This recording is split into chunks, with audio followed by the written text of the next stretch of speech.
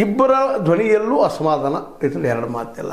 D K Shivakumar ಅವರಿಗೆ ಮುಖ್ಯಮಂತ್ರಿ ಸ್ಥಾನ ಬಿಟ್ಟು ಕೊಡಬೇಕಾಗಿತ್ತು ಅನ್ನುವಂಥ ಮಾತಾ, ಎಚ್ ಡಿ ಕುಮಾರಸ್ವಾಮಿಗಳಿಗೆ ನಮ್ಮ ಪಾರ್ಟಿಯನ್ನು ಪೂರ್ತಿಯಾಗಿ ಮನೆ ಕಳಿಸಿಬಿಟ್ರಪ್ಪ ಇವರು ಕಾಂಗ್ರೆಸ್ ಹೋಗಿ, ನಾವು ಮುಖ್ಯಮಂತ್ರಿಯಾಗಿ ನಮ್ಮ ಜೊತೆಗೆ ಇದ್ದಿದ್ದರೆ ಒಳ್ಳೆಯದಿತ್ತು ಅನ್ನೋದು ಭಾವ.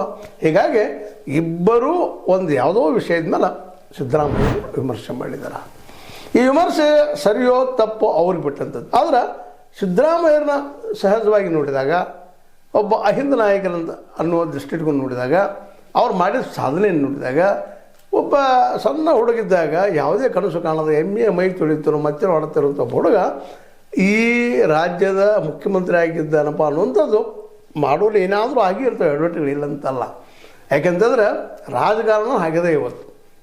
ಇವತ್ತು ಯಾವ ಸಮತಾವಾದ ಇಲ್ಲ, ಸಮಾಜವಾದ ಇಲ್ಲ, ಪ್ರಜಾಪ್ರಭುತ್ವ ಇಲ್ಲ, ಮತ್ತೊಂದಿಲ್ಲ, ಮುಗಿದೊಂದಿಲ್ಲ, ಕೇವಲ ಅಧಿಕಾರವಾದ. ಅಧಿಕಾರವನ್ನು ಹೇಗೆ ಹಿಡಿಬೇಕು ಅನ್ನೋದಕ್ಕೆ ದುಡ್ಡು ಬೇಕು. ಇವತ್ತು ದುಡ್ಡಿನ ಜೊತೆಗೆ ಬುದ್ಧಿವಂತಿಕೆ ಬೇಕು. ಅಂತ ಇದ್ರೆ ನೀವು ಇವತ್ತು ಮುಖ್ಯಮಂತ್ರಿನೂ ಆಗ್ತೀರಿ, ಮತ್ತೂ ಆಗ್ತೀರಿ ಅನ್ನೋದು ಸಾಮಾನ್ಯ ಮಾತುಗಳು ಇವತ್ತು ನಾವು ಕೇಳ್ತಾ ಇದ್ದೀವಿ. ಯಾಕಂದರೆ ಏನೇನೋ ಮಾಡುವಂಥ ವ್ಯಕ್ತಿಗಳು, ಏನೇನೋ ಒಂದು ವ್ಯವಹಾರಗಳು ಮಾಡುವಂಥ ವ್ಯಕ್ತಿಗಳು ಇವತ್ತು ನೋಡ್ರಿ, ಡಿ ಕೆ ಶಿವರ ಮೇಲೂ ಆರೋಪಗಳಿದ್ದಾವ, ಸತೀಶ್ ಜಾರಕಿಹೊಳಿ ಮೇಲೂ ಆರೋಪ ಇದ್ದಾವ, ಎಚ್ ಡಿ ಕುಮಾರಸ್ವಾಮಿ ಮೇಲೂ ಆರೋಪ ಇದ್ದಾವ, ಸಿದ್ದರಾಮಯ್ಯರ ಮೇಲೂ ಆರೋಪಗಳಿದ್ದಾವ.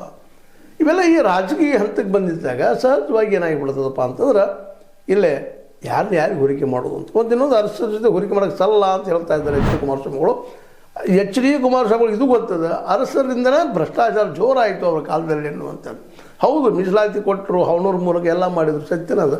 ಆದರೆ ಇದಕ್ಕೆ ಭ್ರಷ್ಟಾಚಾರದ ಬೀಜನ ಬಿತ್ತದಂಥವ್ರು ಅರಸರು ಅನ್ನೋದನ್ನು ನಾವು ಯಾರೂ ಅಲ್ಲಗಳಿಕ್ಕೆ ಆಗೋದಿಲ್ಲ ಅನ್ನೋದನ್ನು ಅನೇಕ ಸಂದರ್ಭಗಳು ನೋಡಿದರು.